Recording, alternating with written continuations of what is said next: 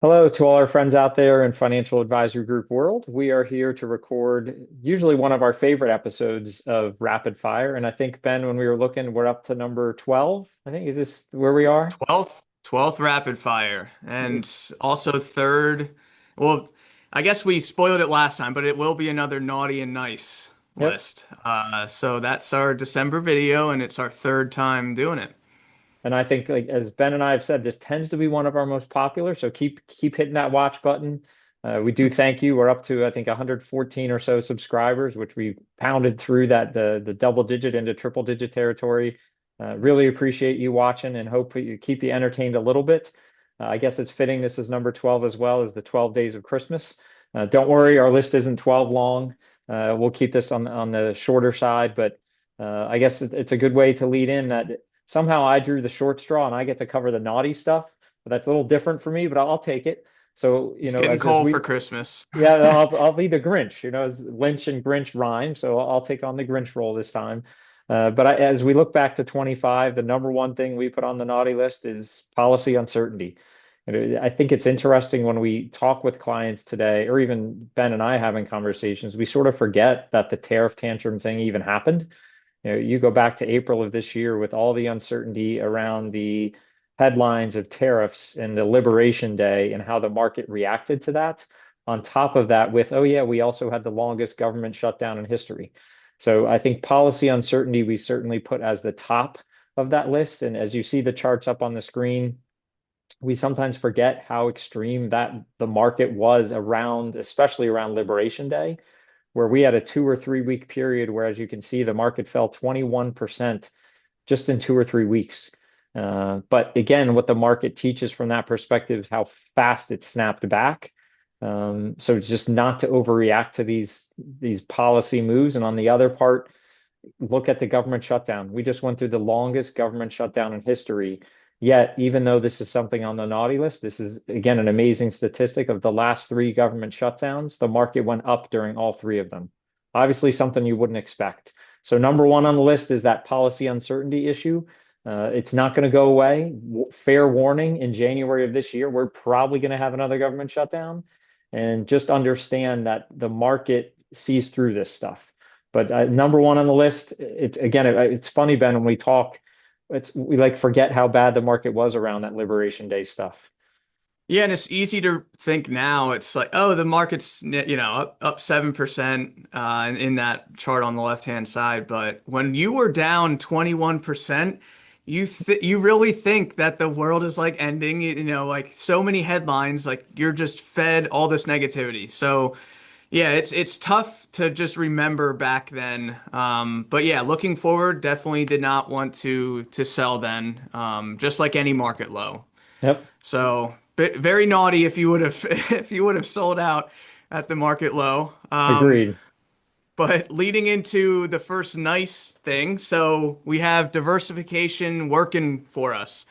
Past, I mean, even 10 years, it's been tough to be a disciplined investor, to trust diversification. But you can see during COVID, during this period, whenever you do have those unexpected shifts, whatever it's caused by, that's when diversification really shines. So we're never trying to like throw it out of the park, like hit the home run. We want more straight line growth that's comfortable, that doesn't cause you to sell out when the market's down. So that's why we have diversification. When the U.S. market sold off 21%, international markets didn't move as much. I mean, they still moved, but people still put money, and it had a faster recovery into the international market. So international and emerging markets, that's the purple and light blue. On the year is up 30%. And this doesn't show bonds, but bonds were pretty much flat all year, up 7%, but it was just like a very, very steady growth up. So we had great diversification working for us. Bonds didn't falter at all in the tariff tantrum. So that definitely is number one on the nice list. Yeah, and it's been as been as long as I've been doing this for that it's not that often that we see international outperform. And we've seen again with clients when we show them your international stuff is up 25, 30% year to date. It's sort of mind blowing. But to go back to the policy uncertainty, where was all that policy uncertainty? Here in the US.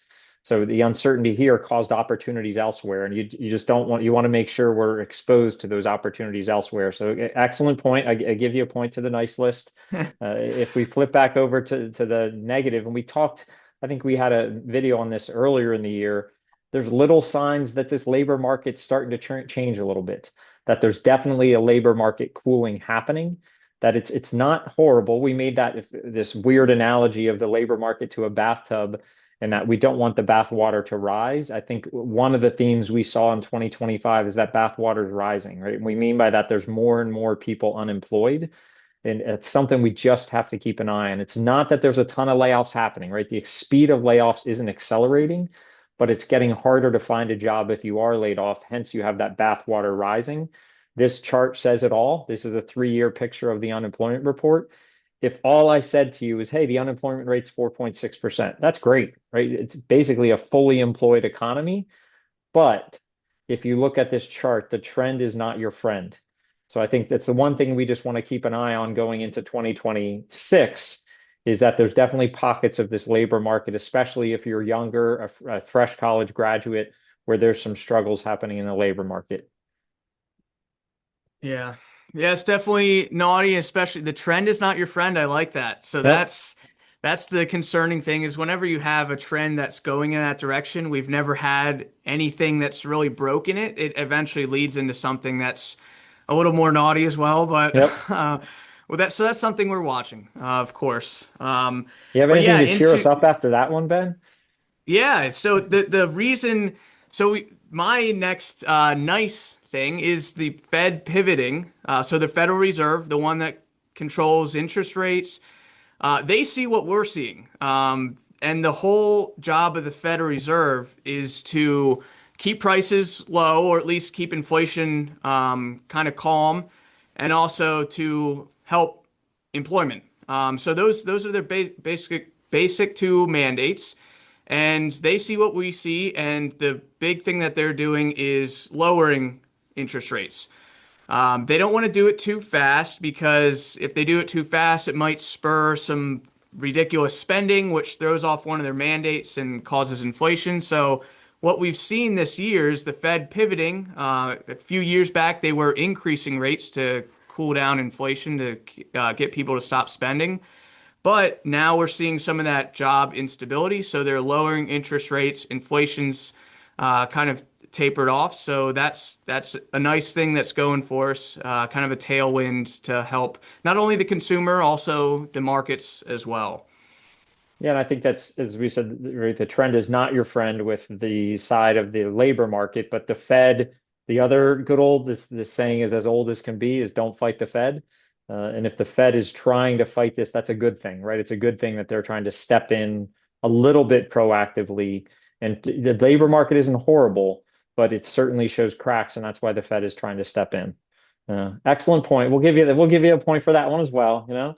Yeah. And So then what else yeah, is what else naughty could I out bring you there? down with, right? This is wonderful. This next part, I'll go in with another Cordy line. I think we talked about it before as well. This last one's brought to you like Sesame Street style, brought to you by the letter K. You might be sick of us talking about this K-shaped economy, but I think it's almost like the definition of 2025 is the higher end consumer continues to be in an amazing position. Yet all the issues we've spoken about, right? Whether it's the shocks to the political system, the labor market, it's starting to hit more and more of that lower end consumer. And these two charts, I think, are just literally define it. The one on the left's a little bit busy, but it just shows that the S&P is the red line, which is basically wealth, right? Wealth, if you have money, you're worth more than you ever have been today. Point blank, right? That's basically where everyone stands. However, consumer sentiment is literally the lowest it's ever been in our history. This one is mind blowing to me. I remember working in this industry 20 or so years ago in the great financial crisis. Have a lesser outlook on things today than they did when banks were collapsing left and right. That tells you a lot. So I think you have the wealthy being in such great shape and the consumer just feeling overwhelmed with things like inflation, things like their job concern. And the chart on the right is just talk about definition, right? The price of Ferrari is at an all-time high. The price of Dollar General down towards the slumps. And We see it all over the place. We mentioned it. G-Wagon sales are up. It's yet the people at the bottom are definitely struggling. So you really see these two charts showing that K, um, which is a real impact. And I think that's something that's, again, a theme to keep an eye on for 2026. But Ben, I need something to pick me up here. We need something positive to kick us off here as we head to the end of our thoughts. Maybe I'll get you a Ferrari. Hey, that'll No. cheer me up. That'll cheer me up. Yeah, Ben must be I'd doing like one well, too. Um, but no, it's kind of, I alluded to it before. I didn't want to go too far into it, but another thing that's kind of in tandem with what I mentioned with the Federal Reserve is inflation. When I say inflation's under control, people might, get a little apprehensive about that. But when we talk about inflation, it's the growth. So inflation, there's rarely ever deflation. So like prices going down, it's usually prices go up, and then once it's under control, they kind of level off. You don't have growing inflation. So that's what the Federal Reserve is looking for inflation to cool, so less growth year over year. If we remember a few years back, it was 8, 9, a little over 9%. That's when the Federal Reserve tried to step in and really increase those rates pretty quick to stop people from spending. Because anytime rates are high, I'm not going to go out and buy a car. I'm not buying a Yeah. Ferrari. So I thought you that's were that's for me. yeah. I'm definitely not financing it. But anyway, uh, the inflation story has changed. So it's now closer to like 2.5 to 3%. The Federal Reserve long-term target is 2%. Still not there. Not sure if we will get there in the short term. But it's at least comfortable position where the Federal Reserve isn't looking to increase rates or anything like that. So we're kind of getting to a nice point. Egg prices, Yeah. Damien showed me a chart. Egg prices are down, so that's a nice thing. Um, and there's always going to be pockets that might have inflation, but the general core inflation is moderated. And I So think you see that's this. nice. I think it's right. And this is the way the economy is supposed to work, right? The K shape showed that bottom part is struggling, but now is there some relief coming to them, right? Our plate price is lowering. And you see this from companies like Chipotle, like McDonald's responding, right? That they see this as an issue and they will respond by lowering prices and trying to attract that consumer. So again, it works. And I guess to sum up, then you have one sort of pocket ending positive note for us as we try to wrap up? I figured since you were, the naughty person, maybe All you right, can I'll take take this it. one. I'll All take it. so As we look back the last 12 months, right? What's the positive from this? And I guess not just the last 12 months, as we look back to this, the nice list is the market.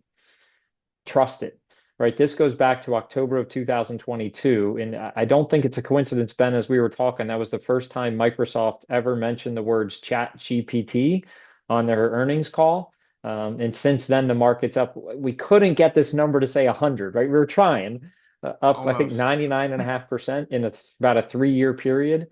And boy, I mean, how many reasons have there been to sell during this 3 years, Ben, right? Think about all the things on the naughty list the last 3 years. Um, so I just think the nice list is trust the market, right? American corporations are great at this. Do markets struggle from time to time? They do, but that's okay. That's to be expected. And I think that's our view is just, hey, let's appreciate where we are. I think just appreciation for this market, appreciate where we are. There's issues, there always will be. We'll talk 20, we won't hit you with predictions yet. That's our 2026 video. But just very appreciative of what the market has given us all this last 12 months and that we've been able to trust it for the last 3 years through all the cross currents. Ben, just one last thing. Anything you're looking forward to Christmas coming up? Any sort of plans coming up? Um, Not a Ferrari under my Christmas tree, but no, I'm always looking forward to snow. Most people, they're not, big into snow. I tend to like the snow. I just don't like the wet, rainy winters. So getting And some you have some ski time skiing coming in. up, right? Aren't you hitting up? You're a skier as the I'm going to Stowe, so I gotta get my chops squared away. So going to the local stuff, Round Top, all those, just to make sure my legs are still working. Yep. But yeah, that's what I'm looking. And of course, family time. What about you, Damien? Anything you're looking forward to? Yeah, you hit it there at the end, family time. I mean, this has been a year that we've probably seen Liam less than any year before, as he's off in school in Oklahoma and interned in Ireland for the summer. So he flies home tomorrow night for 4 weeks. So that number one is the four of us together, right? As you know, as I get older and the more and more we appreciate having the four of us together because it doesn't happen as often. So number one is family time, enjoying that, and can't wait to pick him up at the airport tomorrow night. But again, looking forward to it. So. Yeah, it's been a great year. So thanks for all of our viewers. Thanks for hanging in with us. Enjoy your own Christmas. Hopefully you have a great Christmas and maybe there's something unexpected under the tree waiting for you. Hopefully not coal. So hopefully you made the nice list. Very good. And like Ben said, appreciate everything. Another year with us. The trust and confidence as always. Happy holidays to everybody. Rapid fire number 12 is over. And naughty and nice number three. And we this year we hit 100, next year 1,000. That's our goal, right? Yeah. So see Aim you in big. 2026. Aim big.